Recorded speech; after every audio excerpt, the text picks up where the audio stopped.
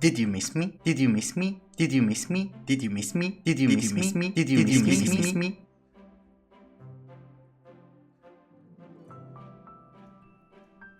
Hello everyone and welcome to episode 18 of Enigmatica 2 Expert. How are you doing? I have good news. My thesis is over. I like to move it, move it. I like to move it, move it. I like to move it, move it. You like to move it. I think our first order of business should be to work a little bit on our Astral Sorcery area because I've been neglecting this mod during the past 10 episodes and this place looks miserable and disgraceful. So I don't mind working here a little bit. But our main task is to upgrade our crafting altar to the next tier because in order to make some of the seeds from mystical agriculture, we are going to need the next tier of crafting and it needs a constellation. We worry about that later on. For now, we need to upgrade this. I also need to upgrade this in order to get the Mantle of the Stars, which is used inside the Draconic armor in order to fight the Chaos Guardian, in order to get the Chaos Shard, which is used inside the Creative Tank. So we have a lot of things to do. But first, I'm worried about Starlight. Right now I'm using collector crystals in order to amplify Starlight, but I'm using garbage crystals, so the stats are horrible. We need to get better crystals and I'm out of rock crystals. So I'll go get some and I'll be right back.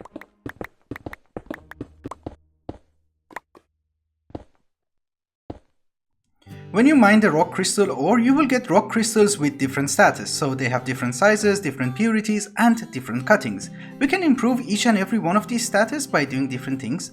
So for instance, if we want to increase the size, we just need one bucket of Starlight, and we put this one inside, which is size 306. So you go in there, and we wait. When the liquid Starlight is consumed, the rock crystal will be slightly bigger. So it was 306, and now it's at maximum size of 400. We can also improve the cutting by using a grindstone. So we put you here and then we right click again and then we take it out. So cutting has been improved. It's 43% now and we cut it again. Now it's at 52%, but the size has decreased. So we need to increase the size, we need to cut it, we need to increase the size, we need to cut it, and then we also have to increase the purity, which is the difficult one. In order to increase the purity of a rock crystal, what we're going to need is a rock crystal at maximum size and we should drop it inside liquid Starlight.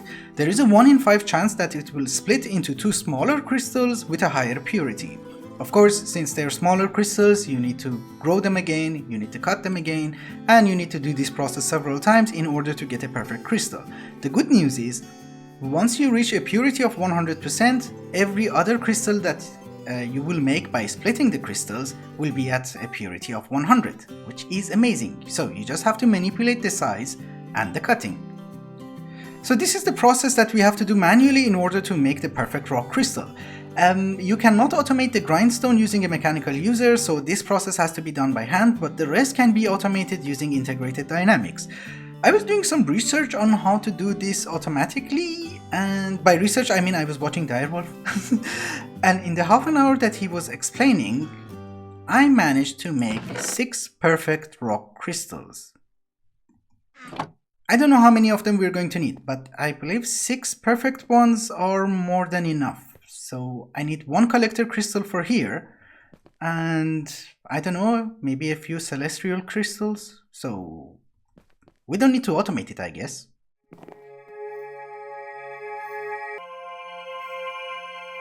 So right now during the day, this is the amount of Starlight that I'm getting from these very horrible collector crystals. I managed to make a perfect one, so let's switch it and see what difference does it make. That is an amazing difference. Look, it used to be next to the Staff of Traveling and now it's just above the Hand of the Ender. So that is very good. Well, I'm preparing the stuff that we're going to need in order to upgrade our altar to the iridescent altar, and we are missing a bunch of stuff. So we need this from Blood Magic, as well as Elemental Affinity Reagent and a Celestial Crystal. So I already made the alchemy table, so getting the stuff from Blood Magic is not going to be a problem. We need Celestial Crystals. So if I remember correctly, we have to drop a Rock Crystal and the Stardust inside liquid Starlight, and then we should get a crystal cluster. So, will you work? It's doing something, because, you know, particles. 50 years later, and we have a cluster. That is good. So we just have to wait for this to grow. I can make another one. Cool. These clusters have to go through 4 stages of growth, and that could take a very long time. So I was thinking that maybe we can focus some Starlight on it, if I remember correctly, and this should grow a little bit faster. I hope. Oh, it already grew. A little bit. This one is small. Fine. Maybe that was a better crystal. I don't know. So the other 2 that I was making are the perfect crystals that I have, and we need one for a crafting recipe, and I don't want it to be perfect. I just want it to be a garbage crystal. So I'm making a 3rd one, and I believe if we also put star metal ore underneath it, it should work faster. Yeah, okay. This will convert it to star metal, it will consume it, this will convert it again, and it should be slightly faster. We will see. To be honest with you, I have no idea if this thing is fully grown or not. It doesn't show on the Vela. There is a block detector from Dark Utilities, but it has been deactivated in this pack, so I have no idea of knowing if this is the 4th stage or it's just the 3rd stage. I'll wait for another few minutes, but in the meantime, I thought we should also automate the production of liquid Starlight. So I have some light wells here and some mechanical users. Try to make one in this pack. It's horrible. So I'm guessing we should be able to do this. Yep, good. So activate, yes. I'm hoping with the dynamic tank it would look cool. It's not that bad. So although I have another valve down there in order to make the multi-block structure, but we don't need a valve to extract the liquid. So we just have to put a tank here, which empties it, and again to fill it. Good. I'm not sure if it's ready or not, but I'm going to break it anyway. It's gone. Yep, it was... Oh, it was ready! Oh, cool! You get your Stardust back.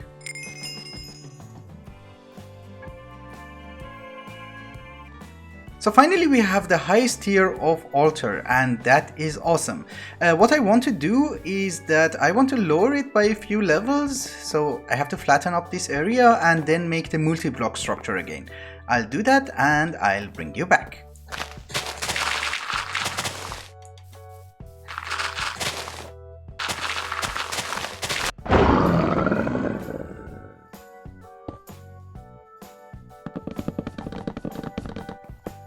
Our altar is finally finished, and by the way, I did not put that blue thing up there. It was part of the multi-block structure, so when I placed every single block, that thing was there.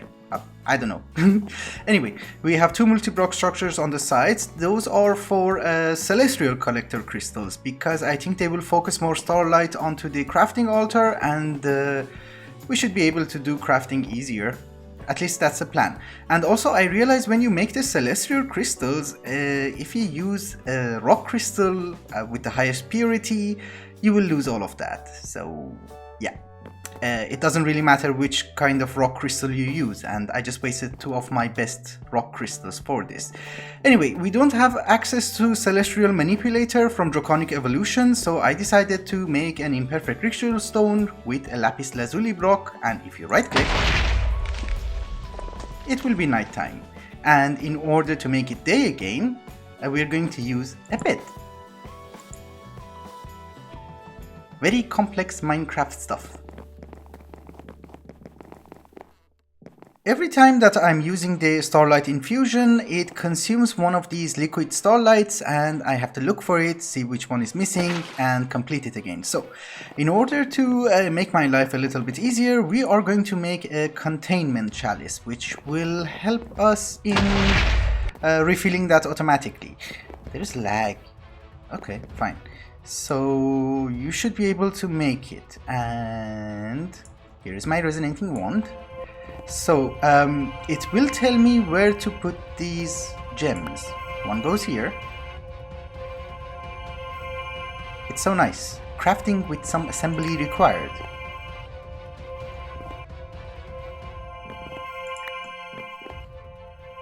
It should be complete.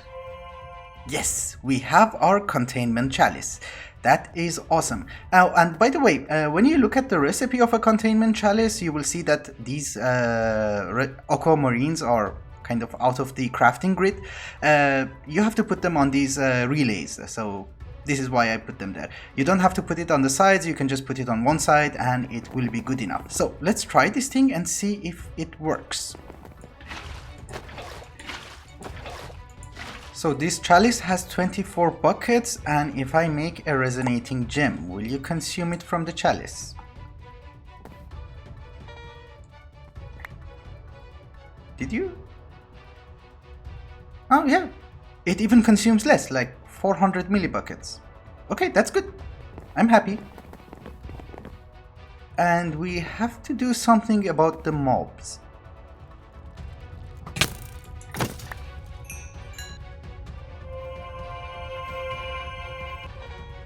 And our second Celestial Collector Crystal. Great. They have been both attuned to Evorsio, so that's the thing that I'm attuned to. But we have to change the attunement altar, because for crafting the seeds, I think I'm going to need another type of constellation. And with these two Collector Crystals, we have plenty of Starlight, which is awesome. Okay, so we did all of this in order to make this, the Terrasteel seed. First of all, we're going to need 36 ingots of Terrasteel, which is not going to be easy, and we need 2 shards of the Laputa, crystalline ingot, and nothing very complicated except Insanium, and tier 6 crafting seed, which needs sewage. Why do you need sewage? In order to make sewage, we are going to need an animal sewer, it needs power, and I hooked it up to a tank. So if we put this guy inside, this should start gathering sewage. Yep, that is very slow. Hook faster. Are you hungry? Can I get you anything? Oh, you're thirsty. Okay. Here, have some water. Did you eat my bucket? Oh no, okay. Now you are hungry. I'm hoping that you do eat wheat. That was an advancement? Okay. You're not pooping fast enough. Or actually, instead of doing all of that, we can just upgrade you. Are you working faster? Oh, good. That is awesome. And are you losing power? Well, just in case, I made another RTG, so that should be fine. Thank you. I really want to say that I'm happy that we're getting sewer, but that just sounds weird. So we're going to need a carpenter. In this case, I have an advanced carpenter, and I'm guessing we just put the ingredients here, and you should give me a tier 6 seed. I hope. Oh yeah, okay, where does it go? Yes, our tier 6 seed. Awesome.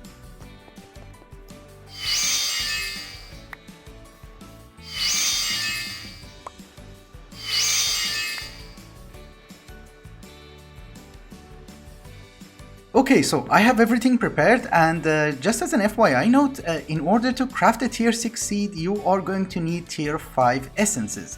Luckily, we already had uranium essence, plenty of that for our big reactors, so everything worked perfectly for me. The only problem is that it's not working, because if we look at the recipe, it's going to need a constellation, and that constellation is Mineralis. I have already attuned our attunement altar to it, and I made another celestial crystal. If we drop it inside and attune it, this should work. So the crystal goes in here, and now it should function? No. I have everything correctly. Why are you not working? Well, there is no need to panic, I figured it out. It's not blocks of Insanium, it's blocks of Insanium essence. So if I put you here, now you should work. Yes. Oh, I can craft it. Doesn't even have to be nighttime. That is cool. Oh, you need this. Yes, my precious.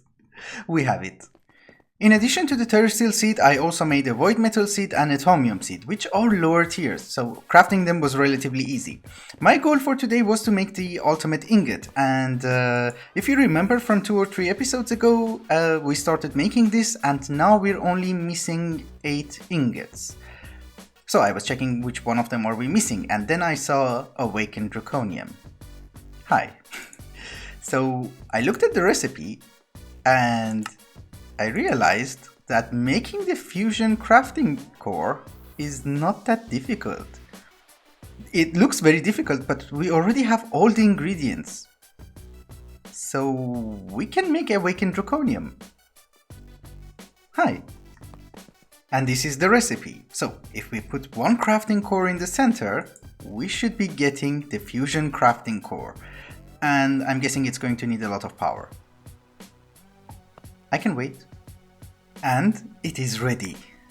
Great. Now we need to make the injectors. And it was a quest. Good.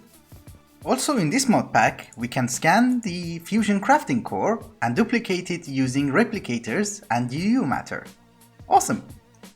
Oh, and by the way, I made this personal charger and it requires supremium in order to harvest it. So it's going to stay here until I make another pickaxe. Okay, so I already made the basic fusion crafting injectors and now we need to upgrade them to the next tier in order to make Awakened Draconium. So we need a hopper, the core, another hopper, why not? We put you inside and we need a clock. So you go on top and you should start working. That was fast. That was really fast. Come on, you can do this. Yes! We have a vibrant fusion crafting injector. Suddenly everything is weird. Great, now we can start making Awakened Draconium. But we are going to need a lot of draconic cores, so can we make them? I know we have them on auto crafting. The question is, how many can we make? Can you make me 100? You can? Why? No problems? Okay, that's nice. Okay, so in order to make the Awakened Draconium blocks, we are going to need charged Draconium blocks, not just normal blocks. So, I have another crafting core and one pedestal, and even though this is very endgame, we are going to use hoppers because that's the easiest thing. And we put some here. I have an item conduit here with a filter because if you put a hopper, it will just extract this Draconium block and put it inside the ender chest. And this should be consuming 10 million RF. That's so nice. So we are using more than we are producing, but we have 29 trillion RF in reserve. That should be more than enough. So I found a cause of lag. Why aren't you collecting them? Ew. Why aren't you going inside? Ah.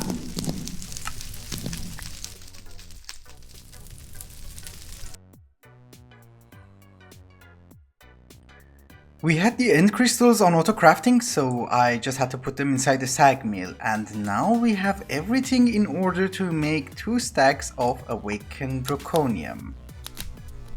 Yes! Finally! I cannot pick this up. Hi. Alright guys, we're almost done with making the ultimate ingot, and we only have 3 ingots left. One of them is the enhanced ender ingot, and it's made inside an ender crafter. It looks like a QED from extra utilities, but I was reading on this, and apparently the more ender alternators that you use around it in a radius of 3 blocks, even below and above, it would work faster. So let me set this up and start crafting. Believe it or not, we're actually short on blaze rods and ender pearls. So this is the maximum that I could make, because we need a lot of them anyway in order to craft the items, so I did not want to exhaust our supplies. So let's see how fast this thing is. You can automate it using the automation interface, but I don't really care. It's not super fast. Okay, so now we need the ender star here, and we surround it with ender ingots, and that should give us the enhanced one. We just need 2 stacks. Yep, enhanced ender ingots. Awesome. Oh, and before I forget, this machine does not need energy in the form of RF or EU, so you just need these. So our next item is the Hope Graphite ingot, and normally you are going to need an industrial squeezer, but I think we can put coal dust inside a manufactory, and that will give us Hope Graphite dust. Awesome, we just need to smelt it. So you will go in there, and we should have Hope Graphite on auto crafting. Let's check. So can you give me 100? Yep, that is good. The last item that we're going to need in order to make the ultimate ingot is from my favorite mod, Nuclear Craft. It's called Lithium Manganese Dioxide Alloy. It's made from manganese dioxide and lithium. In order to get the manganese dioxide, we are going to need a fluid infuser with manganese oxide dust and liquid oxygen. And that's just crushed, whatever it is called. Okay, that is easy peasy. So I made a pattern for manganese oxide, and we just put it inside a redstone furnace. And then, as usual, we're going to need a sink, an electrolytic separator, because I don't want to use the nuclear craft oxygen, and a rotary condensator to make it into liquid oxygen. And we just have to rotate you. Cool, we are getting liquid oxygen, and I'm guessing the only thing that we're going to need is the fluid infuser. We put you here, and you should get oxygen. Good. Now if we put you inside and give you power... Oh cool, it does work. We just need an alloy furnace. And of course, finally, if we put the manganese dioxide together with lithium, we should get the alloy. Good. The reason that I'm not automating this is that, first of all, this is not a very smart furnace, so it gets clogged up in our applied energistic system, and also we only need this for extended crafting, so if I make like 4 or 5 stacks of it, it should be enough. Then I can just dismantle everything and throw it away. This thing is so slow that I made more of these batteries, and now it's working relatively fast. Okay, that is good. We're almost done. Okay, so it's the moment of truth. Did I mess anything up? Nope. We have ultimate ingots. 64 of them and another 64 here. Awesome. It's not a quest. Okay. Alright guys, I think it's also time to wrap up the episode before it gets super long. We at least managed to get the ultimate ingot, so I'm very happy. Thank you so much for watching, and I hope you enjoyed it. Till the next one, bye bye.